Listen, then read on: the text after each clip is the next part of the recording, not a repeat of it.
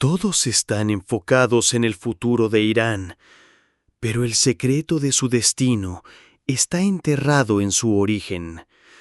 La Biblia nombra al antepasado del pueblo iraní, un descendiente directo de Jafet, hijo de Noé. Esto no es solo historia antigua. Este linaje es una señal profética, una marca que revela por qué Persia fue elegida tanto para salvar como para atacar a Israel, y por qué Irán está destinado a jugar un papel central en la guerra final que se avecina. Para descubrir este origen, debemos mirar el mapa más antiguo y fundamental de la humanidad que ofrece la Biblia, la Tabla de las Naciones, en Génesis capítulo 10. Esto no es solo una genealogía, es un plano étnico y geográfico, divinamente inspirado para el mundo después del diluvio. Explica cómo imperios antiguos como Egipto, Asiria y Babilonia encajan en el plan progresivo de Dios.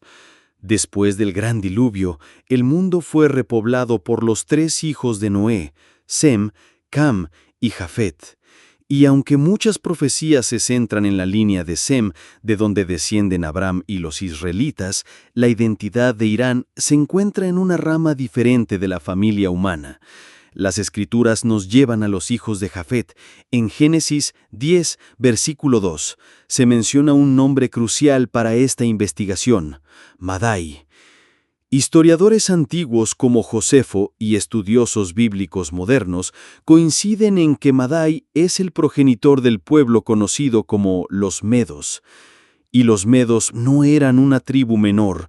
Fundaron un vasto y poderoso imperio que dominó la región mucho antes de que los persas alcanzaran prominencia.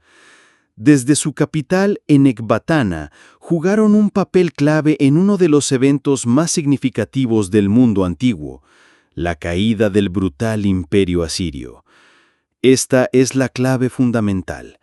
El pueblo que más tarde se uniría a sus parientes persas para formar el gran imperio medo-persa ya era un actor importante en la historia bíblica.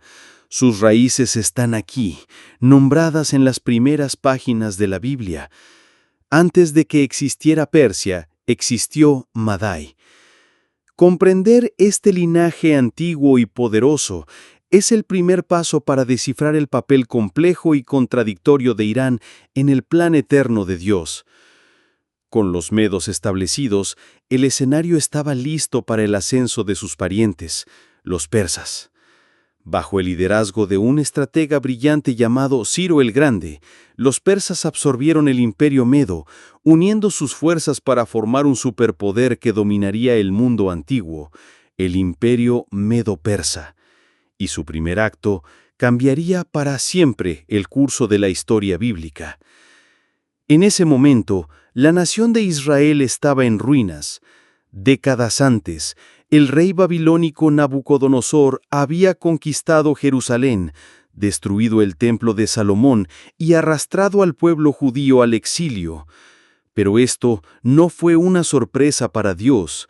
El profeta Jeremías había declarado que este cautiverio duraría un tiempo específico, exactamente 70 años. A medida que ese período se acercaba a su fin, el profeta Daniel, leyendo esos mismos rollos desde el corazón de Babilonia, comenzó a orar fervientemente por el cumplimiento de esa promesa. Entonces, el plan preordenado de Dios, escrito más de un siglo antes, fue activado. En una de las profecías más asombrosas de toda la Biblia, el profeta Isaías, en los capítulos 44 y 45, menciona a Ciro por nombre. Se refiere a este rey pagano y extranjero como mi pastor e incluso como mi ungido, un título de inmensa santidad, normalmente reservado a los reyes de Israel. Dios declaró que usaría a Ciro para cumplir su voluntad. Y tal como fue profetizado, tras conquistar Babilonia, el rey Ciro emitió un decreto histórico de restauración total. Tal como se registra en el libro de Esdras, no solo liberó al pueblo judío para que regresara a su tierra, sino que le ordenó reconstruir el templo de su Dios en Jerusalén. Pero fue aún más allá. Ciro ordenó la devolución de los tesoros sagrados del templo, miles de artículos de oro y plata que Nabucodonosor había saqueado, y mandó al pueblo de la tierra a apoyar a los exiliados con plata, oro y ganado. Esto no solo fue una liberación, fue una restauración financiada por la realeza. Esta fue la primera cara de Persia que Israel conocería, no un enemigo, sino un instrumento divinamente designado para su salvación. Pero esta temporada de favor orquestado divinamente no estaba destinada a durar mucho. El mismo imperio que Dios usó como su instrumento para restaurar a su pueblo, pronto se convertiría en el escenario de un complot demoníaco para aniquilarlos completamente. El espíritu de restauración que se movía con Ciro daría paso a un espíritu de odio ancestral.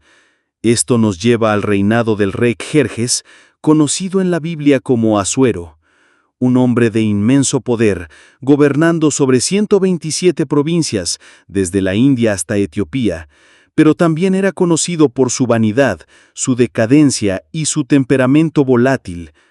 Un gobernante fácilmente manipulado por el orgullo y la codicia, una pereza perfecta para los malos consejos. Un hombre llamado Amán el Agageo ascendió hasta ocupar la posición más alta de poder. Como ya sabemos, su linaje es clave. Como descendiente de los amalecitas, llevaba un odio heredado, pactado, contra el pueblo judío. Cuando Mardoqueo, un judío que servía en la puerta del rey, se negó a inclinarse ante él, Amán se llenó de una ira que iba más allá de la ofensa personal. Para elegir el día perfecto para su venganza, Amán recurrió a un ritual supersticioso. Mandó echar el pur, la suerte, para cada día y mes del año. Un rito oscuro para encontrar la fecha más auspiciosa para una masacre. Pero su plan no solo era espiritual, era financiero. Fue con el rey Jerjes y, tras calumniar al pueblo judío, hizo una oferta increíble. Pagaría 10,000 talentos de plata al tesoro real para llevar a cabo el exterminio. Apelando a la avaricia y la paranoia del rey, Amán tuvo éxito. El rey le entregó su anillo con el sello real, símbolo de autoridad absoluta, y el decreto fue firmado. Destruir, matar y exterminar a todos los judíos, jóvenes y ancianos, mujeres y niños, en un solo día. Aquí vemos la segunda cara de Persa, una cara de malicia, de odio espiritual profundo, dirigido a la destrucción total del pueblo escogido de Dios. Pero lo que el enemigo no sabía era que Dios ya había colocado a su agente en el lugar más poderoso y más inesperado. Años atrás, tras haber desterrado insensatamente a la reina Vasti, el rey Jerjes organizó una búsqueda por todo el reino para encontrar a su reemplazo, y fue entonces cuando una joven huérfana judía llamada Hadasa, criada por su primo Mardoqueo, fue llevada al palacio. Con el favor de Dios sobre ella, su gracia y sabiduría cautivaron al rey y fue elegida como la nueva reina. Su nombre sería conocido por generaciones como Esther. Su identidad judía permaneció en secreto. Fue Mardoqueo quien descubrió el complot de Amán y le envió un mensaje urgente. Debía presentarse ante el rey y rogar por su pueblo. Pero la posición de Esther era peligrosísima. Según la ley de los medos y los persas, nadie podía acercarse al rey sin ser llamado. Hacerlo era una ofensa capital, punible con la muerte inmediata, a menos que el rey extendiera su cetro dorado. Además, el decreto de exterminio había sido sellado con el anillo del rey. Era irrevocable.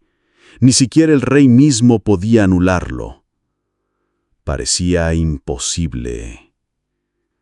Aterrada ante esta realidad, Ester dudó. Y fue entonces cuando Mardoqueo le envió uno de los mensajes más poderosos de toda la Escritura, registrado en Ester, capítulo 4. No pienses que por estar en la casa del rey escaparás tú sola entre todos los judíos, porque si callas absolutamente en este tiempo, respiro y liberación vendrá de alguna otra parte para los judíos, pero tú y la casa de tu padre pereceréis. Y quién sabe si para esta hora has llegado al reino. Ese fue el momento decisivo. Ester comprendió que toda su vida la había preparado para esa decisión aterradora. Decidió arriesgarlo todo y envió su respuesta a Mardoqueo.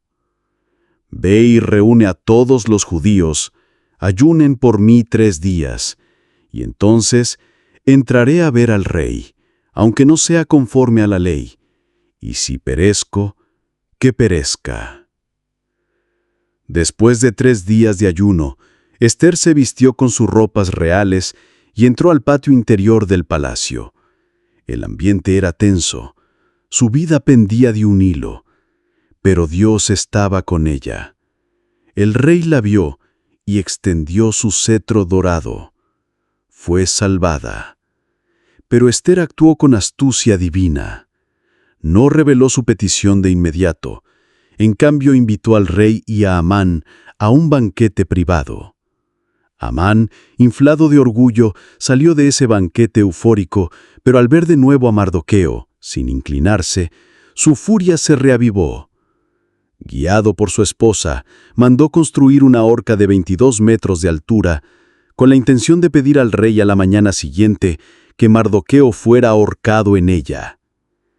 Su orgullo había alcanzado su punto más alto, justo antes de su caída estrepitosa. Esa misma noche una intervención divina ocurrió. El rey no podía dormir, pidió que le leyeran las crónicas reales, y por divina coincidencia leyeron el registro en el que Mardoqueo había descubierto un complot para asesinar al rey y nunca había sido recompensado. A la mañana siguiente, en una ironía celestial, el rey mandó a llamar a Amán y le preguntó: ¿qué se debe hacer al hombre a quien el rey desea honrar? Pensando que se refería a sí mismo, Amán propuso un parade público con ropas reales y un caballo del rey. Y entonces el rey le dijo: haz todo eso con Mardoqueo el judío. Amán se vio obligado a honrar públicamente al mismo hombre que planeaba matar. El acto final ocurrió en un segundo banquete. Ester reveló su identidad y expuso el complot de Amán. El rey, furioso, salió al jardín. Uno de los siervos señaló la horca que Amán había construido para Mardoqueo. El rey ordenó: colgadlo en ella. Y así, el enemigo de los judíos fue ejecutado en la misma horca que había preparado para el justo. Pero el peligro aún no había pasado. El primer decreto seguía en pie y, por ley persa, no podía ser revocado. Entonces Ester y Mardoqueo suplicaron nuevamente al rey. Y aunque no podía cancelar la orden, el rey les dio su anillo real y el poder de emitir un nuevo decreto. Este segundo decreto autorizaba a los judíos a reunirse, armarse y defenderse contra cualquiera que intentara hacerles daño en el día señalado por el primer decreto. Y cuando llegó ese día, no fue un día de luto, fue un día de victoria. Los judíos se defendieron y vencieron a sus enemigos. El día que Amán había destinado para su muerte se convirtió en un día de liberación y celebración. Para conmemorarlo, se instituyó la fiesta de Purim, llamada así por el Pur, la suerte que Amán había echado. Un ritual oscuro, convertido para siempre en un símbolo de la fidelidad de Dios. Así nos quedamos con dos Persias antiguas, dos destinos completamente opuestos, entrelazados con la historia de Israel. Una, nación usada por Dios para una restauración milagrosa. Otra, usada por un espíritu de odio para un intento genocida. Esta contradicción revela una verdad profunda sobre el mundo. Las naciones son campos de batalla, y el espíritu que influye en sus líderes determina su destino.